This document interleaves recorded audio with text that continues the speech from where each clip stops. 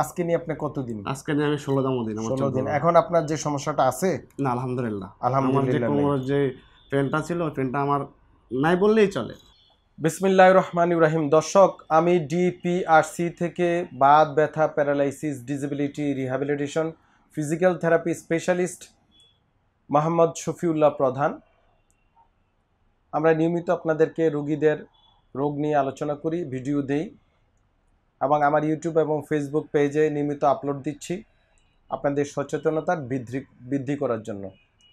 দর্শক, আমাদের ডিপিআরসিতে বিদেশিরাও চিকিৎসা নেয়, পাশাপাশি প্রবাসী আমাদের যে ভাই বোনেরা আছেন ওনারা নিয়মিত আমাদের এখানে চিকিৎসার জন্য আসেন। ডিপিআরসি আমরা আসলে সকল রোগী দেখি, কিন্তু স্পেশালি আমি দেখি বিভিন্ন শারীরিক কোমর ব্যথা, স্পেশালি পিএলআইডি সহ বিভিন্ন রোগ নিয়ে। আমরা এই যে ফিরোজ আলম এই রুগী দেখেন, উনি মূলত সৌদি আরব প্রবাসী এবং বাংলাদেশের লক্ষ্মীপুর জেলা রুগী। আমি একটু একটা এমআরআই আপনাদেরকে দেখাই। এটা হচ্ছে কোমরের এমআরআইয়ের কোমরের ফিল্মটা। আমি যদি এমআরআইটি একটু বুঝিয়ে বলি, দেখেন এই যে মেরুদণ্ডের বোনস আমরা ভার্টিব্রা বলি, vertebra between two vertebra, this is disk.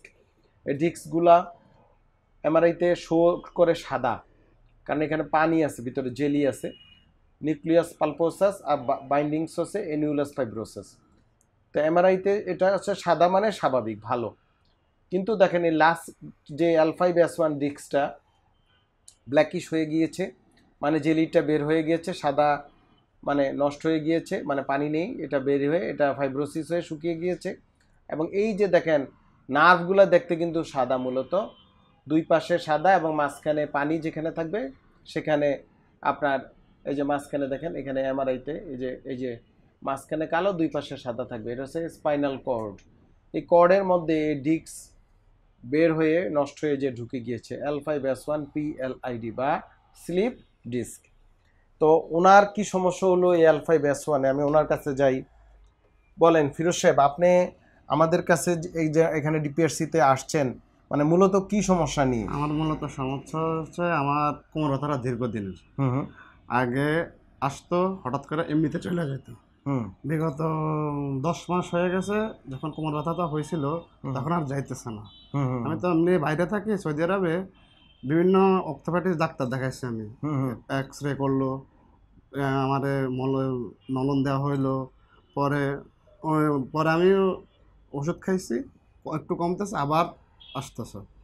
পরে প্রায় 10 মাস থেকে এটা কমতেছে না। পরে আমি অন্য একটা ডাক্তার দেখাইছি, উনি দেখানোর পরে উনি আমারে বললো যে এটা এমন চিকিৎসা না করে দেশে যাইয়া ভালো একটা ফিজিওথেরাপিস্ট দেখানোর জন্য।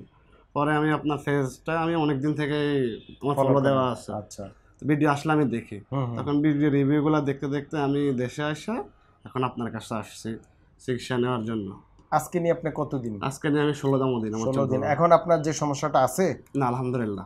আমার যে কোমরের যে পেনটা ছিল, ওই পেনটা আমার নাই বললেই চলে। আচ্ছা, আলহামদুলিল্লাহ। এখন দর্শক জিনিসটা বুঝতে হবে, আমরা এখানে আসলে অনেকে মনে করে ফিজিওথেরাপি সৌদি আরবও যা বাংলাদেশও তা, বা বাংলাদেশে ডিপিআরসিও যা অন্যান্য তা। No, it is far difference between প্রত্যেকের সাথে, একজন চিকিৎসকের সাথে একজনের চিকিৎসা পদ্ধতি ভিন্ন। আমরা ওনাকে যে পদ্ধতিতে এখানে চিকিৎসা করেছি এটা টোটালি আমাদের ডিপিআরসি দীর্ঘদিনের অভিজ্ঞতার ফসল। আমরা এখানে লটস অফ মেশিন পত্র বিভিন্ন কাজ করে যাচ্ছি। আমাদের এখানে মাল্টি ডিসিপ্লিনারিটি অ্যাপ্রোচ, আমরা এখানে রিহ্যাবিলিটেশন করি, বিভিন্ন ফিজিওথেরাপি করি। অনেকে এটাকে প্রোডাক্ট হিসেবে নিয়েছেন, বুঝেন যে আমার কাছে এসে বলেন যে স্যার আপনি লিখে দেন আর এলাকায় দিবে। ইট ইজ নট পসিবল, এটা পসিবল না। ডিপিআরসি হয় অন্যদের চেয়ে অনেক ভালো, না হলে অন্যদের ধারে কাছেও না। আমাদের রিভিউ আমাদের রুগীরাই দেয়। আমাদের যে রুগী একবার চিকিৎসা নেয় সে আবার ফিরে আসে, এখানেই যায় এবং আত্মীয় স্বজন পাঠায়, প্রবাসীরা এখানেই আসে। বিকজ অফ তারা এমনি কিন্তু সৌদি আরবে চিকিৎসা, ওনার নিজের মুখেই বলছে, সেখানেও চিকিৎসা করেছে। আমি সৌদি আরবে অনেক চিকিৎসা করছেন। অনেক চিকিৎসা বাংলাদেশে করছিলেন আপনি? না, বাংলাদেশে আমি আর কথাও করি নাই, কথাই বলে না, উনি ডাইরেক্ট চলে আসছে। সৌদি আরবে আমি 10 মাস অনেক চিকিৎসা করছি, অনেক ওষুধ খেয়েছি, কাজ হয় নাই, কোনো কাজ হইতেছে না। ওখানে কোনো এমনি ফিজিওথেরাপি নিছিলেন? না, ফিজিওথেরাপি নেই আমি, মানে গেল ওষুধের উপর, শুধু যাইলে অর্থোপেডিক ডাক্তারগুলোর কাছে যাইতাম, ওরা শুধু আমার ওষুধ দিত, ব্যাস। আচ্ছা, আর সৌদি আরবের ফিজিওথেরাপির সাথে বাংলাদেশের ফিজিওথেরাপি কোনো মিল নেই। এটা একটা অর্থোপেডিক যেমন একটা মডার্ন মেডিকেল সায়েন্স, মানে branch of medical science, same physiotherapy and rehabilitation is a branch of medical science, এবং এই ক্ষেত্রে এটা lots of exercise, lots of মেশিনপত্র, ব্যায়াম, বিভিন্ন ওষুধপত্র, এগুলো ডিফারেন্ট। ডিপিআরসির সাথে অন্যদের কোনো মিল নেই। তো অনেকে আমাকে বলেন আপনি ইউটিউব ফেসবুকে এটা দেন না কেন? ভাই, আমি একজন প্রফেশনাল চিকিৎসক। আমি কি প্রোডাক্ট বিক্রি করবো আপনাদের কাছে, না আমার দীর্ঘদিন পড়ালেখার অভিজ্ঞতা সেটা আপনাদেরকে সাজেশন করব, যেটা একজন অন্য চিকিৎসকরা দিয়ে থাকেন। তো আলহামদুলিল্লাহ, আমাদের রুগীর জন্য দোয়া করবেন, আমাদের জন্য দোয়া চাই আপনাদের কাছে। সবাই ভালো থাকবেন। আসসালামু আলাইকুম রহমতুল্লাহ বারাকাতুহু।